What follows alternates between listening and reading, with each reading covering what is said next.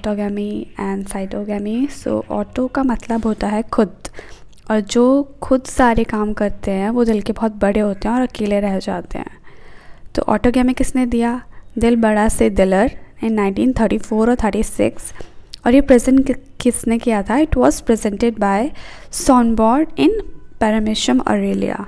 सो इसको 10 पार्ट्स में break down करा है मैंने, एंड आपको फर्स्ट दिख रहा होगा।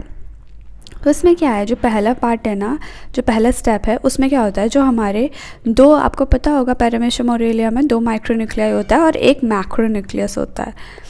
तो क्या होता है इसमें? माइक्रोन्यूक्लियाई एंड मैक्रोन्यूक्लियाई 2 हैं।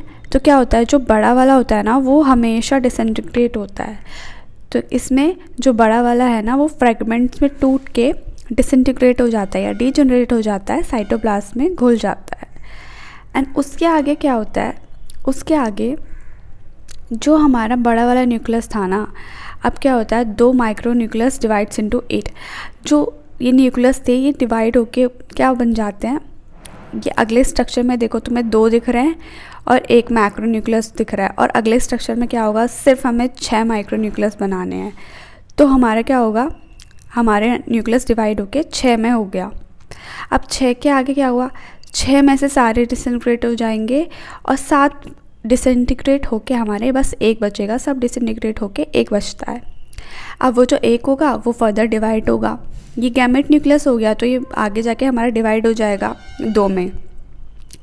अब 2 में डिवाइड होके क्या होता है ये, अब यहाँ पे एक टेम्परेरीली एक स्ट्रक्चर बनता है जिसे हम बोलते हैं प्रोटोप्लाज्मिक कोन। अब वो कोन बनती है, वो आपको दिख रही होगी स्टेप 6 में।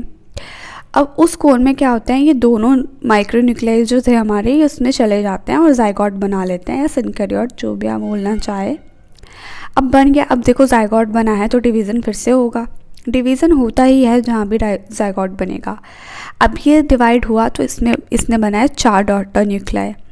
अब ये 4 बने तो 4 से क्या होगा, 4 में क्या होता है, ये जो एक तो हमारे ये क्या बन जाएंगे, 2 माइक्रोन्यूक्लियस 2 मैक्रोन्यूक्लियस डिवाइड होके।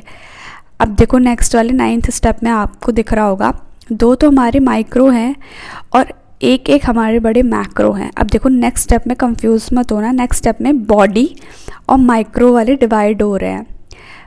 इसमें 9th स्टेप में हमारे 2 हैं और 10th स्टेप में हमारे 2 पैरामीशियम, बॉडी डिवाइड हुई और 2 ही माइक्रोन्यूक्लियाई, एक में 2 हैं, तो माइक्रोन्यूक्लियाई भी हमारी डिवाइड हुई।